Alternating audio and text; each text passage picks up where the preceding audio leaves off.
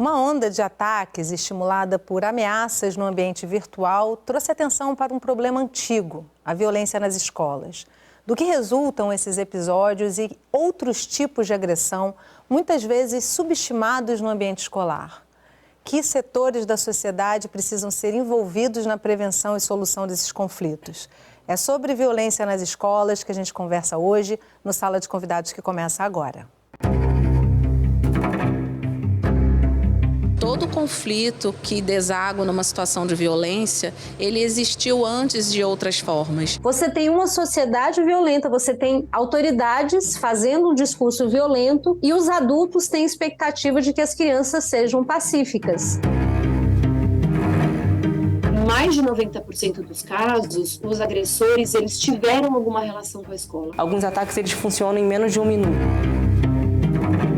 Muitos desses casos, eles são planejados via internet. Teor nazista, racista, homofóbico. Se a gente não regular, ficaremos todos nós reféns da barbárie.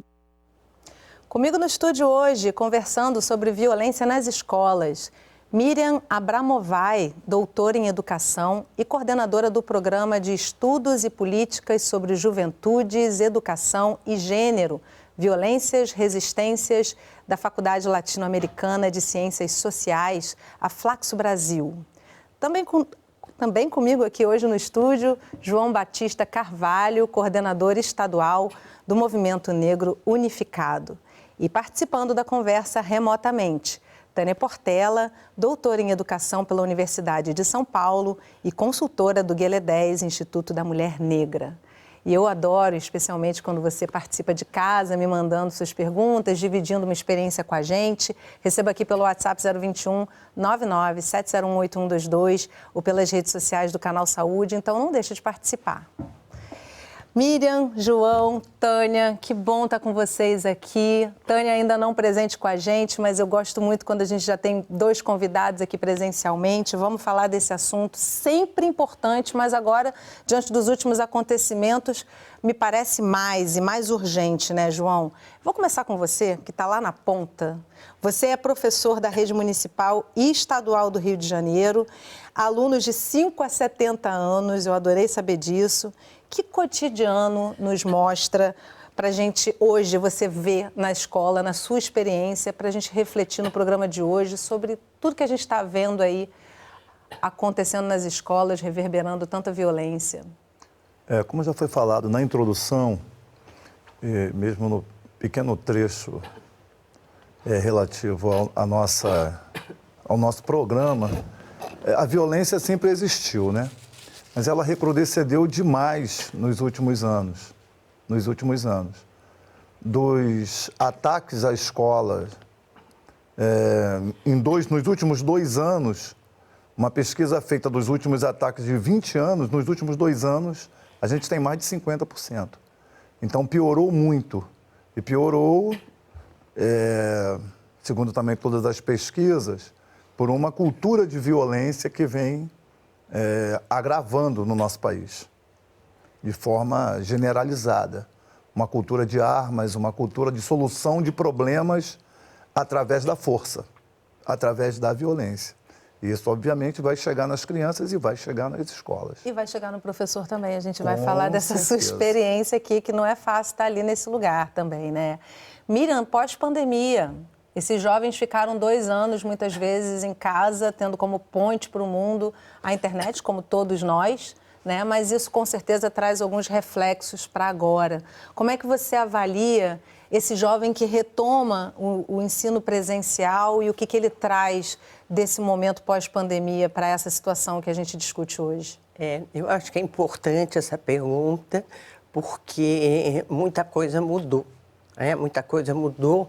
A escola é um lugar de aprendizagem e escola de socialização e sociabilidades também.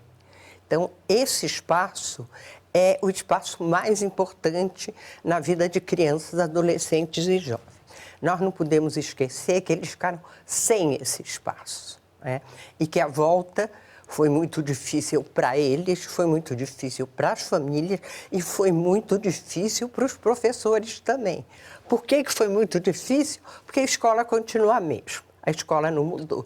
Se tinha uma grande expectativa que a escola fosse mudar, que ela fosse ter um pouco mais de crítica ao que ela é e pudesse mudar, né? Isso não aconteceu. Então, eu acho que a gente tem que dividir, quando a gente fala de violências, eu uso sempre no plural, nas escolas, a gente tem que dividir essas violências que acontecem no cotidiano, que elas já aconteciam. Para você ter uma ideia, a minha primeira pesquisa saiu em 2002, 2003. E quando a gente lê, a gente vê muitas coisas que aconteciam e continuaram acontecendo. Então, a violência das brigas, das ameaças, as violências de xingamento, a violência do racismo, a violência da homofobia, a violência da gordofobia, a violência contra a pobreza, os vários preconceitos existentes. Isso é muito importante antes da gente entrar nos outros tipos de violência. Por quê?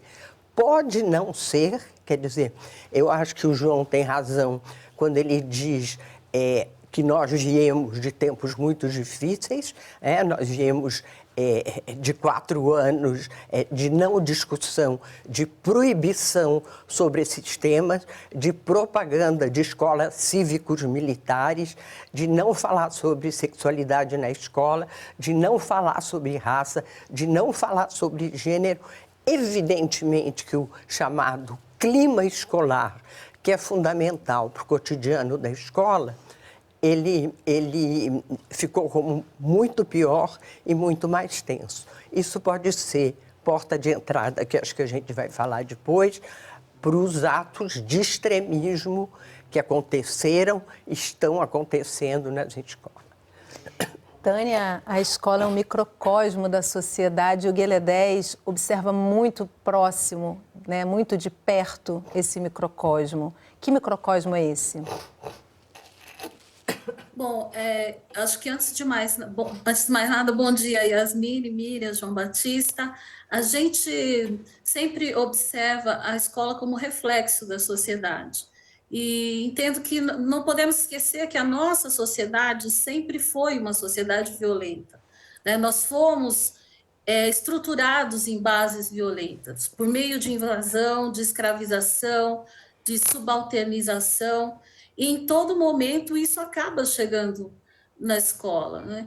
E a gente se depara na escola com um ambiente que já tem as suas implicações nas relações sociais, como bem apontados aí por João e por Miriam, tem os seus conflitos internos nas relações entre a comunidade escolar.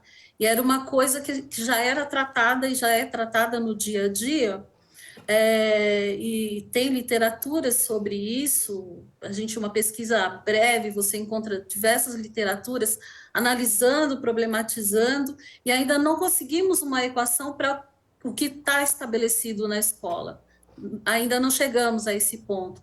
Mas quando chegamos a um momento político, contexto social, em que se estimula, o Estado estimula politicamente a violência, estimula politicamente o acesso a armas, estimula os conflitos de racismo, de homofobia e todas as violências que a gente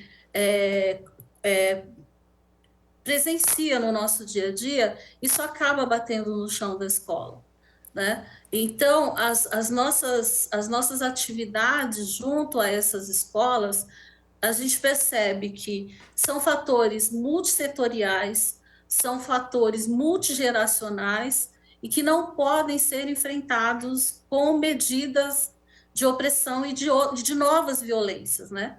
Não é dessa forma que a gente vai conseguir alcançar uma equação desses conflitos, né? Precisa de uma abordagem também multidisciplinar, acho que compreenda mediação de conflitos, que compreenda espaços para diálogos e abordagens desses problemas a partir mesmo da conversa entre a comunidade escolar, né? Eu acho que esse pode ser um dos caminhos. Acho que a fala de vocês três faz uma boa introdução aí desse caldeirão que a gente vai tentar mexer aqui no programa hoje.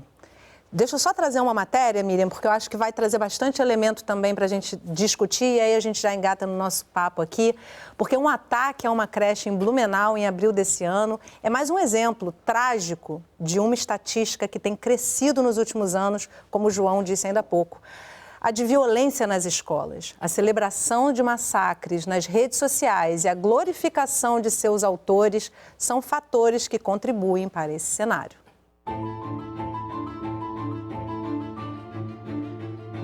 A cultura de ódio disseminada na internet, com publicações muitas vezes criminosas, repercute de diversas formas na sociedade, entre elas no aumento do número de casos de violência nas escolas. O vale tudo das redes sociais tem comprometido o senso de ética dos usuários e, com pouca vigilância dos responsáveis e a falta de regulação dos conteúdos, as plataformas digitais têm inspirado crianças e jovens a comportamentos agressivos. A gente vive hoje numa sociedade do espetáculo que se alimenta do grotesco, que se alimenta justamente daquilo que choca. Então, um determinado conteúdo que é veiculado na internet, que é violento, que traz discurso de ódio, ele choca, mas ele é muito mais consumido do que um outro tipo de conteúdo que traga um outro discurso. Na internet, conteúdos impróprios em troca de likes e monetização. E um espaço, muitas vezes, de articulação de ataques. Muitos desses casos, eles são gestados e são planejados a partir de relacionamentos via internet, né? Sejam grupos da Deep Web, mas hoje em dia em grupos que estão aí, eventualmente até no próprio Twitter. Uma pesquisa do Instituto Sou da Paz mostra que o Brasil tem 24 ataques em escolas em 2 décadas e que nos últimos 2 anos os casos já superam os analisados durante todo esse período.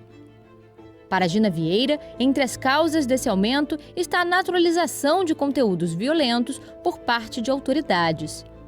Então, se eu tenho um discurso que autoriza o ódio, a violência, que naturaliza o ódio e a violência, as crianças e os adolescentes que estão imersos nesse momento histórico em que esses discursos são propalados, espalhados, naturalizados. A pesquisa também revelou que, na maioria dos casos, os ataques são realizados com a utilização de armas de fogo, o que chama atenção para a necessidade de uma política de controle de armas. Em 60% dos casos, essa arma foi tirada da residência do agressor, então essa arma estava em casa.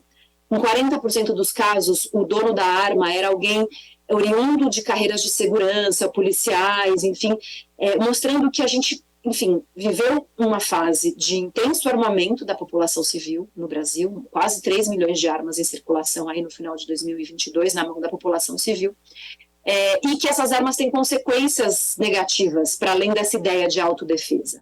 Em abril deste ano, em resposta aos ataques que ocorreram em São Paulo e em Santa Catarina, o governo federal criou um grupo de trabalho interministerial voltado para a prevenção e o enfrentamento da violência nas escolas. Entre as estratégias imediatas estiveram a liberação de recursos para o fortalecimento da ronda escolar e a criação de um canal exclusivo para recebimento de informações de casos suspeitos de violência.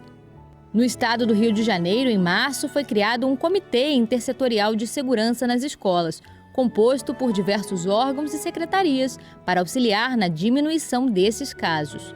Então, a sistematização disso ocorreu através do SEG Paz, que são as Ações Integradas de Segurança e Cultura de Paz nas Escolas.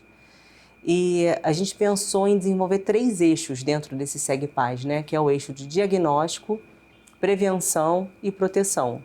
Entre as diversas ações estão o reforço da patrulha escolar, a criação de uma ferramenta interna de registro de violência escolar e a formação de educadores para atuarem em gerenciamento de crises. Alguns ataques eles funcionam em menos de 1 minuto. Então a gente precisa criar um protocolo para que esses profissionais consigam atuar até a chegada da polícia.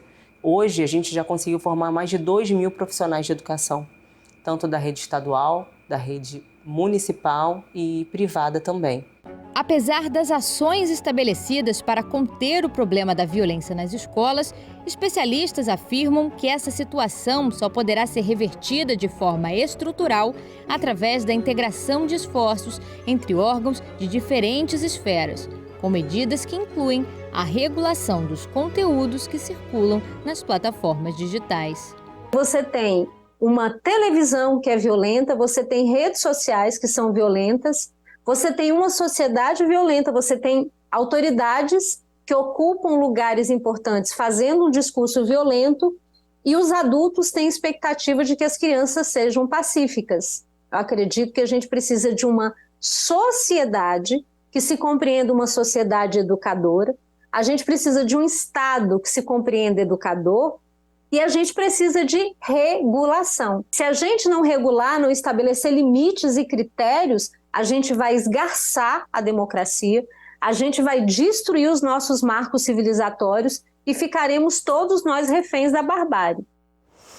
Eu quero reverberar essa última fala da Gina Vieira. Ela diz: sem limites, vamos esgarçar o marco civilizatório e seremos todos reféns da barbárie. E aí, Tânia, levo para você para refletir aí sobre essa fala dela, também pensando sobre a violência nas escolas, que vem de algo que foi construído ao longo de muitos anos. Você começou o programa falando disso, né? Que vem desde a ideia de um país que é invadido, de uma história clara de um país que é invadido e que tem uma população escravizada e que vive a partir da violência desde então. Como é que se reverte isso? Porque está culminando para as nossas crianças também, né? Como numa outra fala também na reportagem da própria Gina, em que ela diz que temos uma sociedade em guerra e queremos que as crianças sejam pacíficas, né? Esse é um grande nó. Nós temos marcos legais que podem ser porta de entrada para um caminho e de início para reverter, para tentar reverter essa situação, né? Que foi a alteração da LDB em 2003, com a introdução de história e cultura africana e afro-brasileira nas escolas, mas isso vai para além de uma introdução de conteúdo, vai para o tratamento das relações, é uma possibilidade de você visitar e reconhecer a sociedade brasileira como uma sociedade extremamente racista, extremamente homofóbica. Não é disso que o artigo trata, mas eu acho que é uma oportunidade para revisitar essas violências e como elas provocam desigualdades, como elas possibilitam a reprodução de violências, né? Eu acho que quando você tem um marco legal que já está aí há 20 anos, que está consolidado com apontamento para diretrizes curriculares, para orientações de abordagem, cabe às universidades, cabem às gestões políticas de Estado promoverem, com políticas públicas, meios de que essas medidas sejam exploradas como um cenário privilegiado para o enfrentamento dessas violências e também dessas desigualdades, né? Eu acho que esse é um caminho que é porta de entrada. É claro, a gente sempre reflete sobre a escola não ser o único espaço responsável por apaziguar todos esses desafios que nós temos na sociedade, mas não dá para não reconhecer que é um espaço muito estratégico. Se não fosse estratégico, não seria tão importante para quem controla sociedades, para quem controla governos, interferirem tanto nos currículos, né? Porque nós viemos de um período em que se estimulou muito militarização do currículo escolar. Se estimulou muito você levar materiais prontos, sem muita margem de mudanças no que é abordado, né? Materiais engessados. Eu acho que o professor João, melhor do que ninguém, deve ter testemunhado isso ao longo dos anos. Enquanto isso reflete de controle no que se quer orientar nos currículos escolares. Então, acho que a partir do momento que a gente reconhece esses pontos, a gente deve também observar as ferramentas que nós temos à mão para fazer o enfrentamento e tentar reverter essa situação. né? Porque durante muito tempo o silenciamento a respeito do racismo, um silenciamento proposital, tirou de perspectiva que esse racismo pode ser a base de várias das violências que acontecem na escola, da expulsão de vários alunos, porque os alunos eles não saem da escola voluntariamente porque querem só.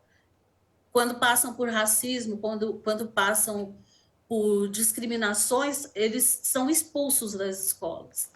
Então, eu acho que quando a gente observa esses aspectos junto a outros, não se trata de um ranqueamento de violências, mas reconhecer as especificidades de cada tipo de violência.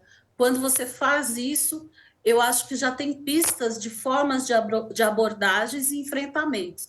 Pode não ser uma questão que seja equacionada rapidamente, de um dia para outro, porque em 20 anos nós não conseguimos avançar da forma como gostaríamos com algumas medidas, mas temos pequenos avanços e temos exemplos de caminhos que deram certo, que estão funcionando. Eu acho que temos que estar atentos para esses pontos e essas questões, para conseguir o caminho de equacionamento. O racismo é basilar, né, na problemática social brasileira. Miriam, eu quero até te pedir desculpa que você pediu para comentar, mas eu quis reverberar aí a fala da Gina no final da matéria, acabei passando direto para a Tânia. Quero ouvir seus comentários e aproveitar também para te ouvir falando sobre isso que a Tânia trouxe para a gente. Tá ótimo. Tânia, é isso mesmo. Eu nem vou reiterar o que a Tânia trouxe, porque eu acho que tem duas pessoas aqui do movimento negro que podem falar muito melhor que eu. Mas eu queria dizer duas coisas. A primeira é que nós temos que pensar que nós temos que ter políticas públicas sobre convivência e violência escolar. Isso tem que ser um programa. E esse programa tem que ter diagnóstico. Nós não temos diagnóstico. Nós não temos diagnóstico sobre as violências em geral. Nós não temos diagnóstico sobre racismo. Nós não temos diagnóstico sobre homofobia. Nós não temos diagnóstico. O que acontece em cada estado e município. E nós temos que ter isso. Isso é obrigatório que se pense nesse momento. E, a partir daí, se pode pensar outros tipos de projetos na escola, como a Tânia falou, mediação de conflitos e outros mais, porque isso não pode ser, isso tem que estar dentro de uma política pública, tudo isso. Isso é importantíssimo. Agora, voltando à questão dos atos de extremismo, eu acho importante a gente olhar que esses jovens, eles têm um perfil e aí tem a ver com o que vocês estão falando. Primeiro, eles são brancos. Todos são brancos. São misóginos, né? É óbvio que tem um problema com as mulheres, porque entram nas escolas e, primeiro, eles querem atirar ou em professoras, que a gente não pode se esquecer também que estão sofrendo muito nesse momento, por isso e por outras questões também. Eles são violentos e eles são jovens de quarto, que vivem na internet. E são jovens ligados a esses grupos que fazem com que eles pensem e reflitam dessa forma. Não são ataques pensados em um mês e 2 E agora reunidos ali pela internet, né? Exatamente. Facilmente reunidos pela internet, dentro do quarto. Eles não pensaram uma semana ou duas, né? Sempre eles estão pensando há mais de 6 meses, há mais de 1 ano, e nunca tem um só. É sempre um ou mais. E acho que é isso também. Eu acho que a questão de aparecer, que eu não lembro quem que falou aqui, da questão do exibicionismo, né? Apesar de que agora a gente... Sociedade do Espetáculo, né? Sociedade do Espetáculo do Debord, né? Que coloca isso. Apesar de que não se coloca mais a foto, que não pode mais se colocar, e ainda bem que isso aconteceu, eu acho que eles querem se tornar famosos mesmo mortos. João, não posso terminar esse bloco sem te ouvir. Eu tenho uma pergunta da audiência aqui. Quero até pedir desculpa para a audiência. A gente tem alguns comentários aqui, mas está passando tão rápido o tempo desse programa para a grandiosidade do assunto que não consegui entrar neles. Mas eu quero trazer uma das participações que é do Rodinei. Ele encaminhou para a gente pelo WhatsApp. Ele diz o seguinte: temos várias causas de violência, mas na escola os agravantes pedem soluções também diversas. Nesse espaço tão amplo, o terreno é fértil, potencializado nas redes sociais, como a Miriam acabou de comentar, né? Como é que as escolas podem traçar caminhos pacíficos? Você que está ali dentro, na rotina, quais as brechas que você vê para se trabalhar nisso? Nós seguimos fazendo essa discussão, até porque a violência na escola não é só o massacre, né? A gente vive essa violência na escola cotidianamente. Bullying, cyberbullying, racismo, homofobia, como a própria Tânia já falou e todos nós aqui sabemos, mas as soluções, elas são sempre ou tardias ou lentas demais para a solução do problema. A nossa escola, e eu, por exemplo, sou professor de história, formado na UERJ, sempre estudei em escola pública e sou professor de escola pública. As escolas públicas vivem uma situação de total abandono. Falta de estrutura, né, João? É terrível você imaginar que as escolas do Rio de Janeiro hoje não têm, e de Duque de Caxias, em especial, que é o município onde eu dou aula, não tem mais biblioteca. Não existe mais biblioteca. Então, o espaço de leitura, o espaço de sonho, o espaço, né, de... É porque biblioteca não é só aquele espaço do silêncio, é um lugar de se pegar o conhecimento, né? Onde você podia se esconder, onde você podia fugir, às vezes, da sua realidade adversa, não existe mais para a criança. O espaço dela é o espaço de estudar. E aí eu estava conversando ontem, né, com Cristóvão, falando das situações das escolas. Nosso produtor, Cristóvão Paiva. Nosso produtor e o produtor de vocês, isso aí. E desde os móveis, carteiras, assim, extremamente desconfortáveis.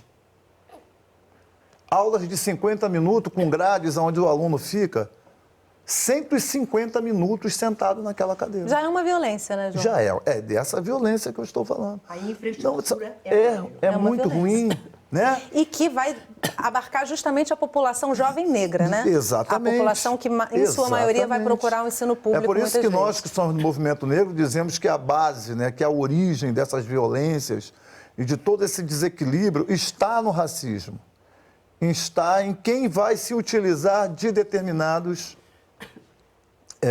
aparelhos de Estado. E aí o que são para a periferia, o que são voltados para a população majoritariamente negra, ele é de qualidade terrível, terrível. É óbvio que se você for no Pedro II, a escola não é assim. Se você for nos colégios de aplicação das universidades, a escola não é assim. E também é pública. Mas essa escola pública voltada para a população de maioria negra, voltada para a periferia em geral, ela é muito violenta. Ela é muito violenta. Já foi citado aqui o caso do retorno, né? Pandemia, pós-pandemia. Não foi feito nada para tratar do psicológico daquelas crianças. Crianças que perderam seus avós, que em geral eram eles que cuidavam das crianças, que a mãe está trabalhando, o pai está trabalhando. Os avós faleceram, as mães faleceram, pais faleceram, ficaram sem alimentação. E as crianças voltaram para a escola e a escola seguiu como se nada tivesse acontecido. Se para nós, que somos adultos, né, foi de uma violência enorme, de um trauma terrível, imagine para aquelas crianças.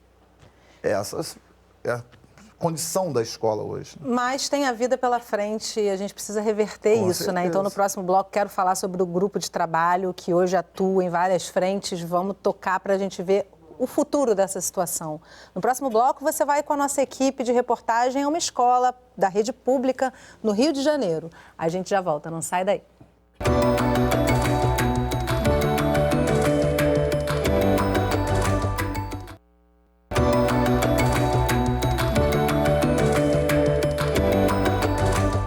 Sala de Convidados está de volta conversando sobre violência nas escolas. Comigo no estúdio para essa conversa, Miriam Abramovay, doutora em educação e coordenadora do programa de Estudos e Políticas sobre Juventudes, Educação e Gênero, Violências e Resistências da Faculdade Latino-Americana de Ciências Sociais, a Flaxo Brasil. Também comigo no estúdio hoje, João Batista Carvalho, coordenador estadual do Movimento Negro Unificado.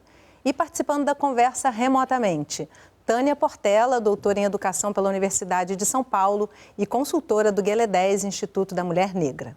E você que ainda não participou do programa hoje, manda suas perguntas, seus comentários aqui para mim pelo WhatsApp 021 997018122 e pelas redes sociais do Canal Saúde.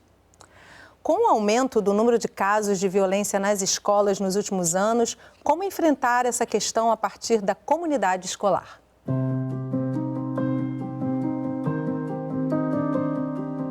No Colégio Pedro II, localizado em São Cristóvão, no Rio de Janeiro, a Pró-Reitoria de Ensino tem buscado parcerias com instituições públicas para promover entre a comunidade escolar estratégias e o debate de temas importantes para estabelecer uma cultura de paz na escola. Bullying, cyberbullying, questão de mediação de conflitos. Nós fazemos isso por meio de ações que vão de rodas de conversa sobre temáticas diversas, palestras, oficinas, trabalhos mais contínuos de formação para servidores e também para estudantes.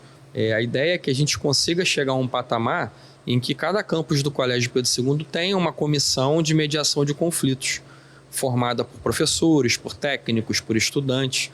A Júlia, estudante do 2º ano do ensino médio, sofreu bullying e cyberbullying no colégio há alguns anos por conta da sua orientação sexual. Eles faziam piadas, figurinhas, coisas para me deixar mal e não me perguntavam se eu me sentia bem com aquilo e faziam com muita constância. Ela conta que na época foi a professora de espanhol quem a acolheu, peça fundamental na mediação do conflito. A comunidade escolar ela é extremamente importante porque é só a partir da atuação coletiva que a gente vai conseguir dar conta desses conflitos cotidianos, né? A gente precisa da participação tanto dos alunos quanto dos professores, dos funcionários, das famílias principalmente também. Essa parceria é essencial. Todo conflito que deságua numa situação de violência, ele existiu antes de outras formas. Então, se a gente tem uma comunidade escolar que está atenta, que está acolhendo e que está atuando nessas questões antes que elas se tornem uma situação de violência, uma situação mais difícil, a gente consegue não só acolher a pessoa que está ocasionando aquele conflito e todas as partes envolvidas, como evitar a chegada de uma situação mais grave. Fernanda conta que o colégio passou por uma ameaça no ano passado, mas que conseguiu ser contornada pela comunidade escolar em parceria com outros órgãos. Teve um estudante que fez publicações de teor violento e aí a gente rapidamente reuniu esse estudante, a família e os outros estudantes que trouxeram para a gente essa denúncia para a gente compreender o que tinha acontecido e encaminhar toda a documentação para os órgãos legais. Para Júlia Santos, o consumo de conteúdos violentos e criminosos na internet contribui muito com a disseminação de ódio dentro das escolas. Eu vejo constantemente, principalmente no Twitter, que é uma rede que é meio que liberada essas coisas. Todo mundo pode comentar coisa de ódio, piadas muito pesadas, que tem um teor muito, sabe? Enfim, muita coisa assim que não é denunciada, que não é parada, não é punida, assim. Piadas de teor nazista, racista, homofóbico, qualquer tipo de coisa assim tem, muito. A Manuela, que também é estudante do 2º ano, ficou assustada no período mais crítico da onda de ataques às escolas. Ela revela que até os responsáveis começaram a se preocupar com o que ela estava consumindo na internet, o que até então não acontecia. Ficava perguntando o que eu estava falando na internet, se eu estava me envolvendo com algum tipo de, comunidade ou coisa do tipo, eles começaram a se preocupar um pouco.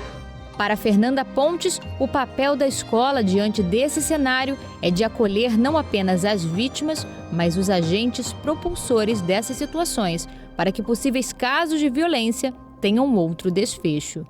Porque o sujeito, a gente também está em sofrimento, também está experienciando esse conflito de uma maneira tão ruim ao ponto dele manifestar dessa forma.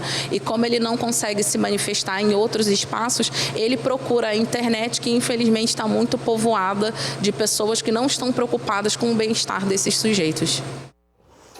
Miriam, você participa, como eu disse no finalzinho do bloco anterior, do GT, do Grupo de Trabalho do Governo Federal, que está olhando para isso. Fala um pouquinho para a gente como é que está funcionando e que ações o Governo Federal está buscando para justamente integrar ações com estados e municípios também para combater esse problema.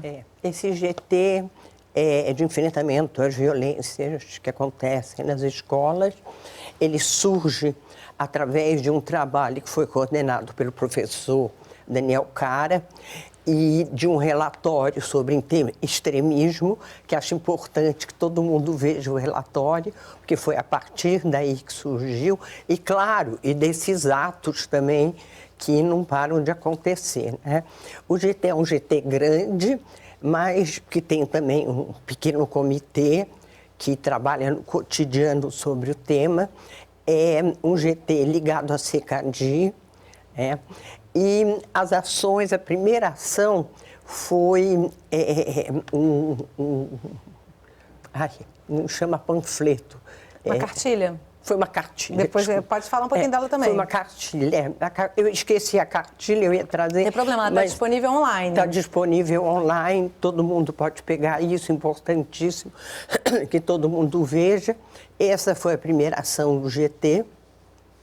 Depois foram chamados pessoas nacionais, do Brasil e internacionais que trabalham sobre o tema, que têm propostas sobre o tema, porque também a gente não pode esquecer, se o Ministério da Educação está fazendo isso, o ministro Dino, também da Justiça, né? Da Justiça também está trabalhando nisso para bloquear, se não teria... É uma ação integrada, não tem como ser diferente, né? E conseguiu bloqueando muitos desses atentados, que iriam acontecer e que não aconteceram. Bom, continua o trabalho. E esse trabalho, além disso, na verdade, quer propor uma política pública para a questão das violências nas escolas e para a questão do extremismo. Olha, para quem está em casa, o nome da cartilha, quem quiser pesquisar, buscar na internet, dá para baixar pela internet. O nome da cartilha é Cartilha de Orientações para o Ambiente Escolar Mais Seguro. Pesquisa lá, baixa e acompanha se você pertence a uma comunidade escolar, principalmente. E aí eu tenho aqui uma manifestação da audiência, deixa eu passar para você, Tânia, da Sara... eu só queria dizer uma coisa. Pois não. O Ministério também está escutando a mais diversas organizações, ONGs, grupos, etc., para que se possa depois, se vai com o nosso trabalho no GT e com essas oitivas, se vai apresentar um relatório para o grupo interministerial. Maravilha. Tânia, a Sara Garrides mandou para a gente pelo Instagram a seguinte questão: a saúde mental de crianças e jovens é o principal ponto afetado nas vítimas de violência? Com certeza, a saúde mental é preponderante, né? O cuidado com o acolhimento, o cuidado com o acompanhamento é fundamental, porque muitas dessas crianças, lembrando principalmente o período da pandemia, né? É um exemplo bem específico sobre isso. Nós fizemos um estudo em Gueledés sobre a situação das meninas negras nesse período, a situação educacional das meninas negras nesse período da pandemia. Nós vimos o quanto elas ficaram mais expostas ainda a situações de perdas familiares, de trabalhos de cuidados domésticos, dos familiares, dos avós, e o quanto isso impediu que elas tivessem acesso ou tivessem maiores obstáculos para acesso à educação. não conseguindo acompanhar o estudo remoto. Isso vai mexendo também com a autoestima das meninas, não é? Porque elas não estão nas mesmas condições de acesso à educação e ainda tem esse gap de desvantagem também pode provocar que não tenham o mesmo desempenho que um grupo global. Isso vai refletir em saúde mental. Então, quando você precisa tratar a autoestima, quando você precisa estimular gatilhos para aproveitamento escolar, quando você precisa redimir defasagens, passa por essa abordagem também, porque passa pelo sofrimento, né? E sofrimento, você faz o acompanhamento por meio da saúde mental. Além, é claro, das políticas públicas, né? Para que essas situações não aconteçam. Isso tem que ser preventivo. A gente precisa parar de ficar correndo atrás do transtorno e do prejuízo já causado. O que a gente precisa agora são de medidas preventivas realmente, né? E isso, quando chega no ponto de você ter que fazer o atendimento da saúde mental, porque o prejuízo já é grande, você esquece que esse dano foi causado lá atrás, por uma estrutura de uma escola que foi desmantelada, como o professor João Batista bem lembrou aí. As escolas onde tem maioria de alunos negros, além delas serem desmanteladas porque estão em condições mais precárias, os profissionais que atuam nessas escolas também estão atuando em condições precárias, né? Não são os profissionais que atuam de forma precária, são as condições de atuação deles que são precárias, né? Com salas superlotadas, com falta de espaços de leitura, porque não se quer destinar um bibliotecário para a escola, porque isso é custo, não se quer destinar professores que atuem nesses campos de mediação de conflito ou de acompanhamento de atividades interdisciplinares ou de possibilidades outras que poderiam ser oferecidas também junto ao funcionamento regular da escola, porque não se investe em profissionais para fazer esse tipo de atuação e não se fortalece também os profissionais que se propõem a esse tipo de atuação, né? Então, se houvesse um trabalho preventivo, não precisaria chegar a esse ponto de ter que discutir saúde mental de estudantes, né? E é importante também acrescentar, para quem está em casa ouvindo a gente, que não é vitimismo se falar disso. Existem dados abundantes mostrando isso, né, Tânia? Assim, existem pesquisas abundantes falando disso que permitem, sim, fazer essa prevenção que você está citando. E aí, João, como é que se alcança uma linguagem adequada para dialogar com alunos no ambiente escolar? E qual é a importância também do movimento estudantil engajado, né, dentro dessa comunidade para mudar esse cenário? É importantíssimo, né, que as soluções para problemas tão complexos como os problemas que a sociedade brasileira enfrenta sejam resolvidos ou que as soluções sejam buscadas de forma coletiva. Infelizmente, nós temos uma tradição de soluções verticalizadas. A gente estava falando do GT, a gente tem o governo federal trabalhando nisso. O Estado do Rio, no mês de maio, se eu não me engano, também criou um grupo de escuta, inclusive para identificar, para ligar da Polícia Civil, para onde as escolas devem ligar toda vez que tiver qualquer tipo de problema, qualquer tipo de violência ou de identificação, para que fique registrado e que se saiba que veio da escola e qual é o tipo. O município também criou.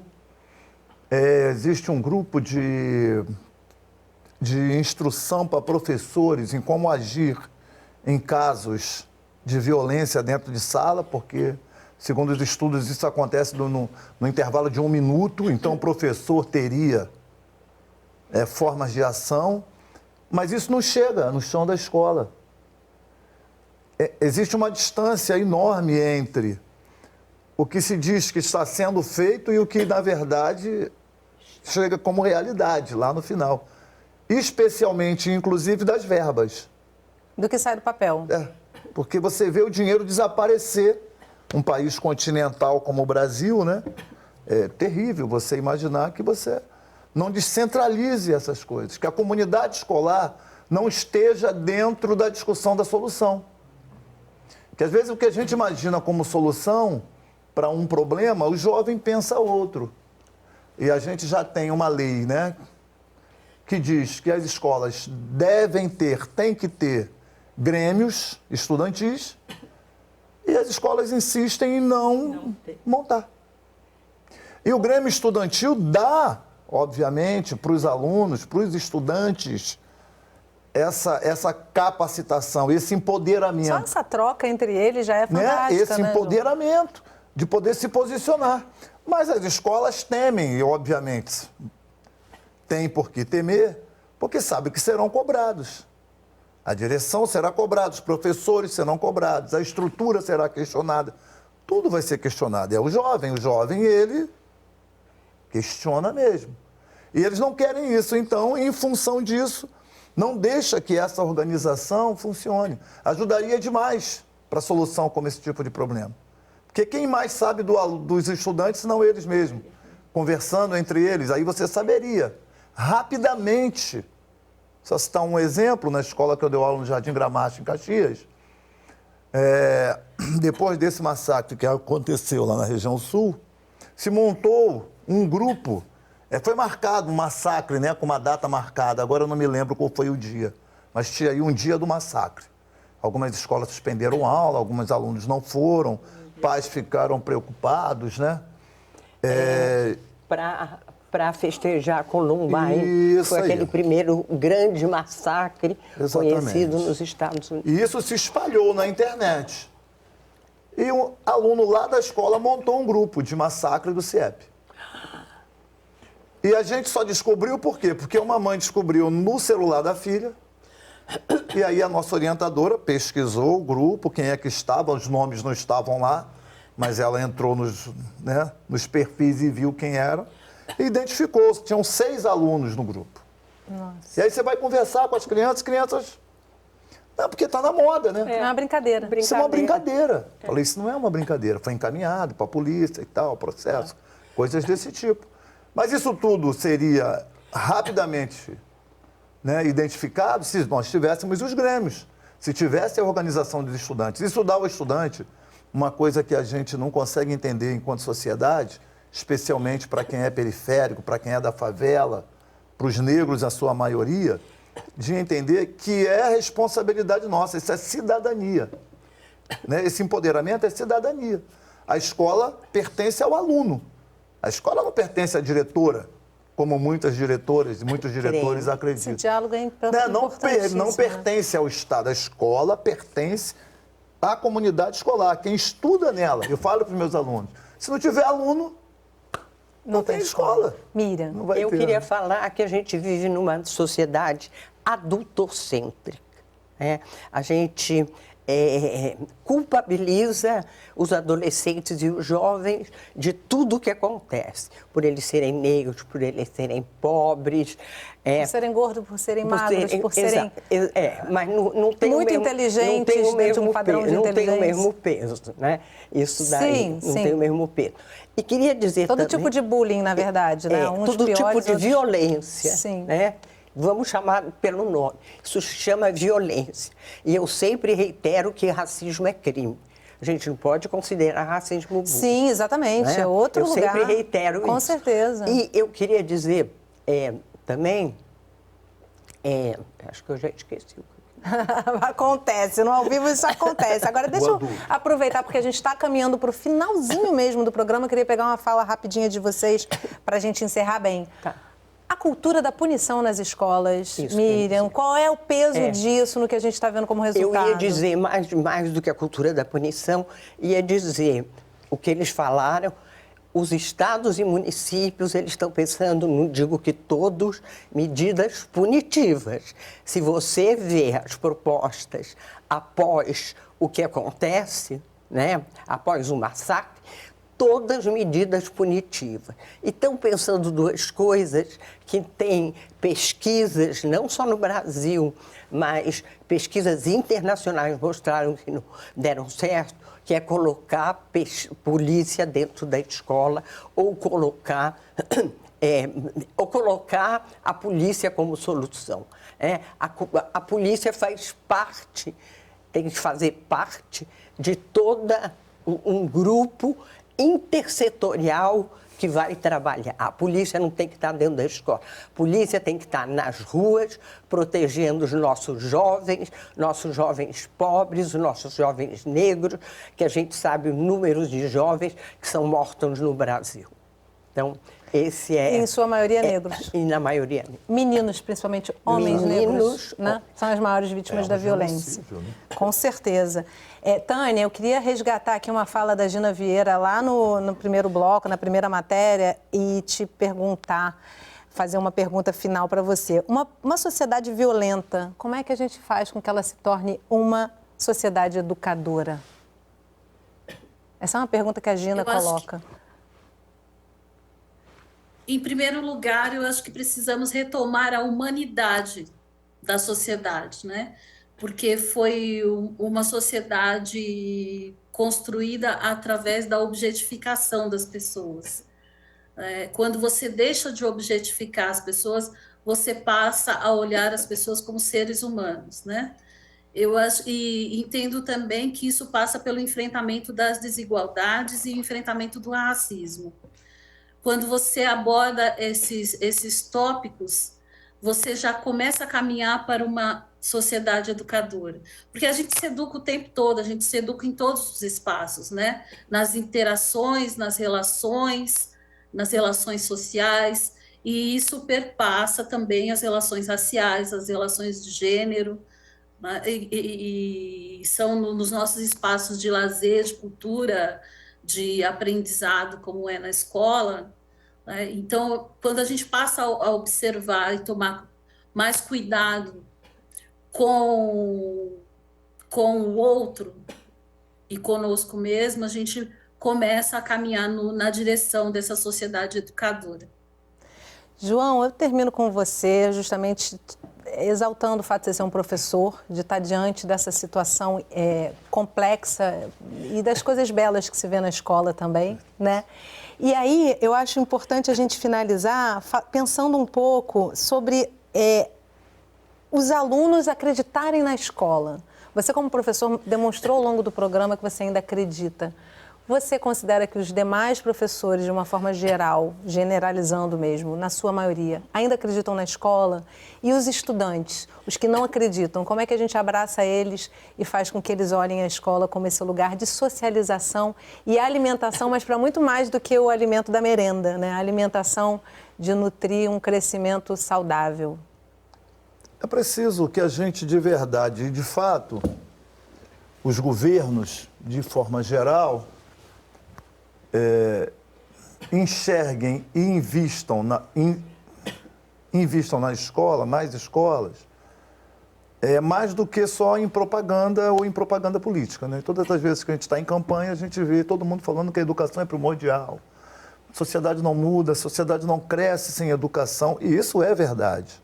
Só que essa prioridade não é real em nenhum dos governos, né? Quando a Gina fala das escolas de um Estado educador, né? E da cultura da paz, como aqui no Rio de Janeiro, essa discussão de escola e de violência na escola está sendo tratada, da cultura da paz. Como é que se imagina um Estado educador e uma cultura da paz quando você tem uma política de segurança onde é permitido que helicópteros sobrevoem comunidades e deem tiros de metralhadora .50 nessa comunidade? Ali tem crianças e milhares de crianças. Escolas. Como essa criança acredita, como essa criança vai estudar, né? Como que a gente vai dizer para uma criança que é para ele acreditar na escola, o futuro dele está ali, e verdadeiramente está. Ou pelo menos não existe um outro que a gente enxergue para uma criança pobre, que não é herdeiro, que não seja a escola. Quando o professor dele está em greve há mais de 40 dias e o Estado não se propõe a sentar Os professores de Caxias estão em greve, professores do Estado do Rio de Janeiro estão em greve. O seu discurso para a criança fica desacreditado. Porque o cara vai dizer para o aluno vai olhar para você e vai dizer: esse cara está em greve porque ele está 7 anos sem reajuste, como em Duque de Caxias. E vem dizer para mim, ele que estudou para caramba para ser professor, que a escola é alternativa. E a gente sabe que a escola é alternativa. Então, eu acredito, e todos os professores, todos os que estão em sala, e mesmo os que não estão em sala e que fazem pesquisas, que debruçam, que dedicam a sua vida a isso, acreditam na escola. E não tem uma outra alternativa. Só que precisa ser uma outra escola.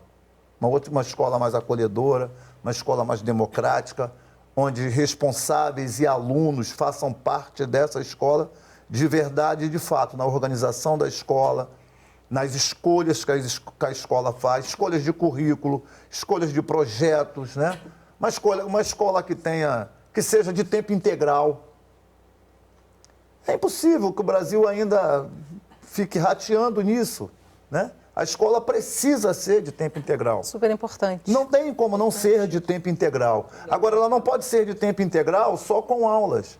Ela precisa de cinema, ela precisa de teatro, ela precisa de arte, de maneira geral, que não tem na escola, né? A arte na escola se resume às aulas de arte. Biblioteca, né, João? Bibliotecas, escolas sem bibliotecas é uma coisa que não sei quem é que concebeu, né? E como a gente permitiu que isso acontecesse na nossa sociedade.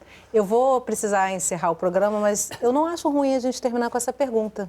Não sei como é que a gente permitiu, como é que a gente ainda está permitindo diariamente, né, Tânia? Quero agradecer muitíssimo, Miriam, João, Tânia, a participação de vocês hoje. O tema é enorme, merece um programa com muito mais tempo para a gente debater isso. A gente vai voltar a essa pauta.